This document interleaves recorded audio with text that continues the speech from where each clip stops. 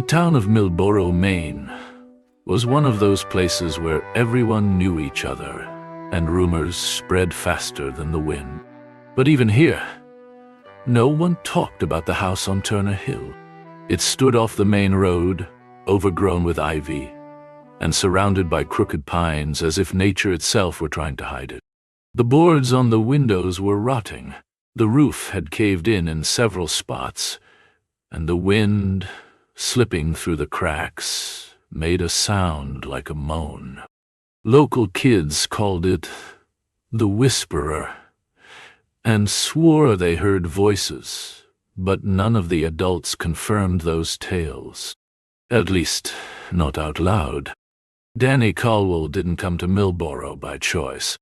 After a divorce and 3 months at the bottom of a bottle, he got a letter from Aunt Marj, the only relative who still spoke to him. She died 2 weeks earlier, leaving him that damned house. Danny hadn't been there since he was a kid, but he remembered his father once taking him to the porch and saying, "Never go inside, got it?" He'd nodded back then, though he didn't understand. Now, at 42, with a suitcase in one hand and a key in the other, he stood before that same porch, and something tightened in his chest. The door creaked open like in a cheap horror flick, and the smell of dampness hit him hard. Inside it was pitch black, but Danny found a light switch. The bulb flickered and came on, illuminating dusty wallpaper, a worn-out couch, and a fireplace full of ash. He dropped his suitcase on the floor and collapsed into a chair. The silence pressed down on him, but then he heard it. A faint whisper, like someone murmuring his name. "Daniel!" He spun around. Nothing. Nothing.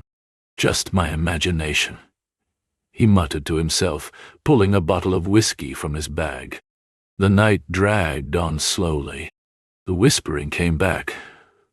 Soft at first, then louder. "Daniel! Daniel!" He turned off the light, convincing himself it was the wind messing with his nerves. But in the dark, the voice grew clearer. And now it wasn't alone. "Marsh!" rustled from somewhere near the fireplace. "Tommy!" drifted from the hallway. Danny froze. Tommy was his brother who drowned in the lake at 8 years old. He stood, legs trembling, but curiosity, or stupidity, pulled him forward.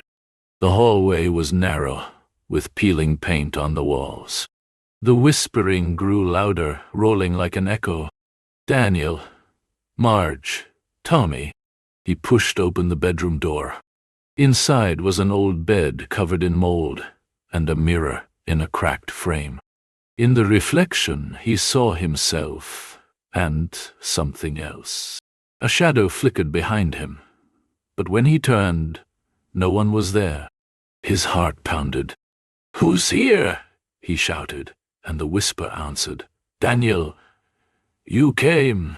He bolted from the bedroom, tripping over the threshold, and ran for the front door. It wouldn't budge.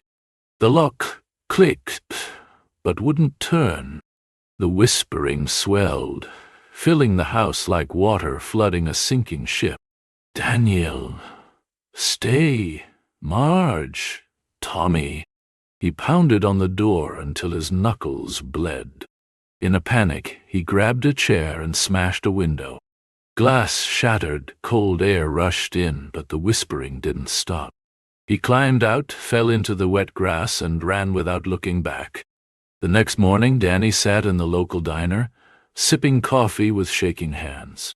The waitress, a woman with tired eyes, asked how he was. He lied and said he was fine, but she gave him an odd look. "You were at the Whisperer, weren't you? People don't come back from there the same." Danny didn't respond, but later, in the bathroom, he glanced in the mirror and froze. His face was the same, but his eyes, they weren't looking at him. They were looking inward, and somewhere deep in his mind he heard it. "Daniel, you're still here." The house hadn't let him go. He knew it. The whispering stayed with him, quiet but insistent. And each day new names joined the chorus. He couldn't sleep, afraid to close his eyes, because in the darkness he saw them. Marge, Tommy, and others he didn't know. They called him back. And one day, sitting in his car by that same hill, he realized resisting was pointless. The key was still in his pocket. The door was waiting.